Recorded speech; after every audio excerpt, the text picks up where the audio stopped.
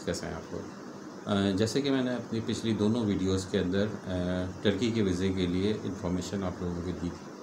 जो मालूमात मेरे पास हैं, जिस तरह से मैंने वीज़ा अप्लाई किया है, जिस तरह से मैंने उसको जो प्रोसेस से गुज़रा हूँ, उसके हवाले से आपको बताना चाहा था।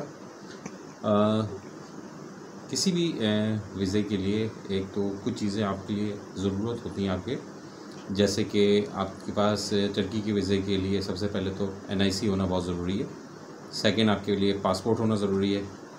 तीसरा, आपको होटल की रिज़र्वेशन है। चौथा, आपको हेल्थ इंश्योरेंस है। पांचवा, आपको FRC फैमिली रजिस्ट्रेशन सर्टिफिकेट होता है, वो होना बहुत ज़रूरी है, क्योंकि अक्सर औक़ात अगर आपके पास ये चीज़ मौजूद नहीं होती है तो आपको वापस कर दिया जाता है। और बैंक स्टेटमेंट है, बैंक स्टेटमेंट के साथ आपको बैंक का सर्टिफिकेट होना भी बहुत ज़रूरी है। ये चीज़ें मैंने अपनी पिछली वीडियोस में भी आपको बताई हैं, लेकिन मैं आज आपको उनकी पिक्चर्स के हवाले से सारी चीज़ें डिटेल में बताऊंगा, ताकि आपको समझने में और आसानी हो जाएगी। सबसे पहले तो ये वीडियो कराची के जितने भी लोग हैं उनके लिए बनाई गई है, क्योंकि यहाँ से मैंने वीज़ा अप्लाई किया था तो मुझे इसके हवाले से कराची के बारे में मालूमात है। तो कराची में वीज़ा अप्लाई करने के लिए उन्होंने एम्बेसी वालों ने दो जिस तरह से फेडेक्स होता था, जेरीज़ होता था, ऐसी दो कंपनीज़ हैं जिनको सिर्फ रिकमेंड किया है कि वहीं से आप सिर्फ वीज़ा अप्लाई कर सकते हैं। तो कराची में एक गेटवे के नाम से एक है और एक और कंपनी है जिसका ऑफ़िस जो है वो ऑफ़िस हैगा उनका फोरम जो मॉल है, उस फोरम मॉल के अंदर उनका फर्स्ट फ्लोर के अंदर ऑफ़िस है। और उसका नाम और उसका फ़ोन नंबर, सारी डिटेल्स और उसकी क्या टाइमिंग्स हैं, ये सब अभी मैं इस लिंक के अंदर मेंशन कर दूंगा।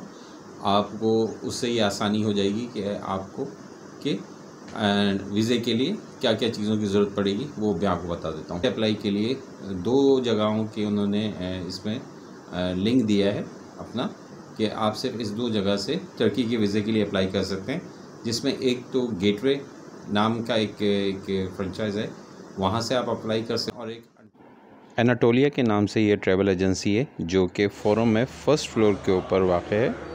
इस पे आपको अपना जो भी है ट्रैवल डॉक्यूमेंट्स हैं वो वहाँ जाके सबमिट करना पड़ेंगे, और वहीं से वो आपकी सबमिशन होंगी और एक हफ़्ते के बाद आपको येस या नो में जवाब दे दिया जाएगा। तो ये आपको एड्रेस मैंने दिखा दिया है। वीज़ा फ़ीस के चार्जेस हैं 17,232 रुपये। इसके अलावा ये फॉर्म है जो वहाँ से दिया जाता है, इसके अंदर आपको अपनी डिटेल लिखनी पड़ती है। ये इसका बैक साइड है, इसके अंदर भी आपको अपनी डिटेल पूरी फिल करनी पड़ती है। इसके अलावा ये पूरा जो फॉर्म आप जब ऑनलाइन डाउनलोड करते हैं तो कुछ इस तरह से आपको ये फ़ाइनल आपका प्रिंट आउट निकलेगा, जो आपको लास्ट सबमिट करना पड़ेगा एम्बेसी में। अच्छा, ये आपको वहाँ से एक पेपर दिया जाता है, ये लेटर हेड होगा जिस पे आपको अपनी डिटेल्स सारी लिख के देनी पड़ेगी कि मैं किस जगह पर ट्रैवलिंग करना चाहता हूँ, कहाँ जाना चाहता हूँ, किस मकसद के लिए जाना चाहता हूँ और कितने टाइम के लिए जाना चाहता हूँ। तो उस हवाले से आपको लेटर हेड पे अपनी सारी डिटेल दे के इसको भी इसके साथ सबमिट करना पड़ेगा। लिए अप्लाई करने के लिए जाएंगे तो आपको कोई मुश्किलात नहीं दरपेश आएंगी, क्योंकि अक्सर औक़ात कोई डॉक्यूमेंट अगर रह जाता है तो वापसी लेने के लिए उस चीज़ को कंप्लीट करने के लिए वो आपको वापस कर देते हैं। तो बेहतर यही रहनुमाई देना चाहूँगा कि आपके कोशिश हो कि चक्कर ना लगें और आप एक ही बारी में अप्लाई करें। आपको फिर जो छोटी छोटी चीज़ें थी इनके भी चीज़ों की पिक्चर्स आपको सेंड कर दूंगा। जिस तरह से मैंने जहाँ से पोलियो वैक्सीनेशन करवाई थी उसका जो एक लिंक है वो आपको लिख दूंगा। FRC आप कहाँ से बनवा सकते हैं, ये नॉर्मली नादरा से ईज़िली बन जाता है और 1000 रुपीज़ लगती हैं और सेम डे बन जाता है। उसमें आपको सिर्फ़ और सिर्फ अपने फैमिली रजिस्ट्रेशन के जितने भी लोग होते हैं उनकी डिटेल बतानी पड़ती है, उनके NIC बताते हैं तो उनकी डिटेल्स उसमें ऑटोमेटिकली आ जाती है, आजकल अपडेटेड होती है। तो इसमें सिर्फ़ और सिर्फ 1000 रुपीज़ के चार्जेस होते हैं, ये आप कर सकते हैं। होटल रिजर्वेशन के लिए मैंने लास्ट टाइम भी बताया था कि booking.com से आप इजीली तौर पर booking.com से आप कर सकते हैं। जो टिकट्स हैं आप किसी भी एयरलाइन से ले सकते हैं, वो आपको ट्रैवल एजेंट आपको ईज़िली बना देगा, जो आपका रिफंडेबल होता है, क्योंकि आपकी ट्रैवलिंग डेट आई नहीं होती है तो वो आपके लिए जस्ट लाइक डमी टिकट बना दिया जाता है। और होटल की रिज़र्वेशन भी इसी तरह से booking.com से डमी हो जाती है। जब आप ट्रैवल कर रहे होंगे तो आपको परचेज़ करना पड़ेगा। इसी तरह से आपका हेल्थ इंश्योरेंस, वो हेल्थ इंश्योरेंस की मैं इसमें मेंशन कर दूंगा कि क्या क्या प्राइजेज़ हैं, क्या अमाउंट होती है, रिक्वायर्ड होती है, कितने टाइम में लगता है उसमें, और उसके हवाले से कौन आपकी इसमें रहनुमाई कर सकेगा। फ़र्स्ट ऑफ़ ऑल तो आप इंडिविजुअली बहुत सारी कंपनीज़ हैं, उनसे भी आप ये करवा सकते हैं, जस्ट लाइक आदम जी है, EFU है, इनसे भी करवा सकते हैं। लेकिन नॉर्मली आपका अगर ट्रैवल एजेंट इस बारे में जानता होगा तो वो भी आपकी रहनुमाई कर देगा, वो आपको बता सकेगा कि आप कहाँ से ईज़िली तौर पर हेल्थ इंश्योरेंस बनवा सकते हैं।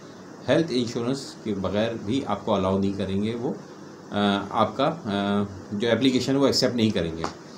तो व्यूअर्स मेरे, मैं इंशाल्लाह इस वीडियोस के अंदर सारे लिंक्स और जो उसमें मुझे मुश्किलात भी दरपेश आई हैं, मैं चाहूँगा कि आप लोगों के साथ वो मुश्किलात ना आएँ और उसमें आप लोगों की जो रहनुमाई हो सके वो ज़रूर करूँगा। इस हवाले से अगर आप कुछ भी जानना चाहते हैं, और जो मेरी पिछली 2 वीडियोज़ हैं उसमें भी आप लोगों ने मुझसे जो सवालात किए हैं उसके जवाबात मैंने उनके कमेंट्स में भी दे दिए हैं, और उसके अलावा जो मेरा ईमेल आईडी है उसके ऊपर भी जिन्होंने मुझे ईमेल की है उसके हवाले से मैंने उनको जवाबात दिए हैं अपने। तो आप लोगों के अप्रिसिएशन का मैं बहुत शुक्रगुज़ार हूँ। बहुत अच्छा लगता है आप लोग मेरी वीडियोस देखते हैं, और इस हवाले से आप लोगों से बस रिक्वेस्ट यही है कि मुमकिन हो तो लाइक कर दें, सब्सक्राइब कर दें, बेल आइकन को प्रेस कर दीजिए, और हो सके तो मेरी वीडियोस शेयर कीजिए, क्योंकि मैं अभी नया हूँ, मुझे इतना ज़्यादा इसके बारे में मालूमात नहीं है। तो जो मेरे एक्सपीरियंस गुजरे हैं वर्ल्ड वाइड, जहाँ मैं गया हूँ, उस हवाले से जो मैंने वीज़े लिए हैं, जिस ममालिक के मैंने ट्रैवलिंग की है, उसके एक्सपीरियंस आपसे ज़रूर शेयर करूँगा।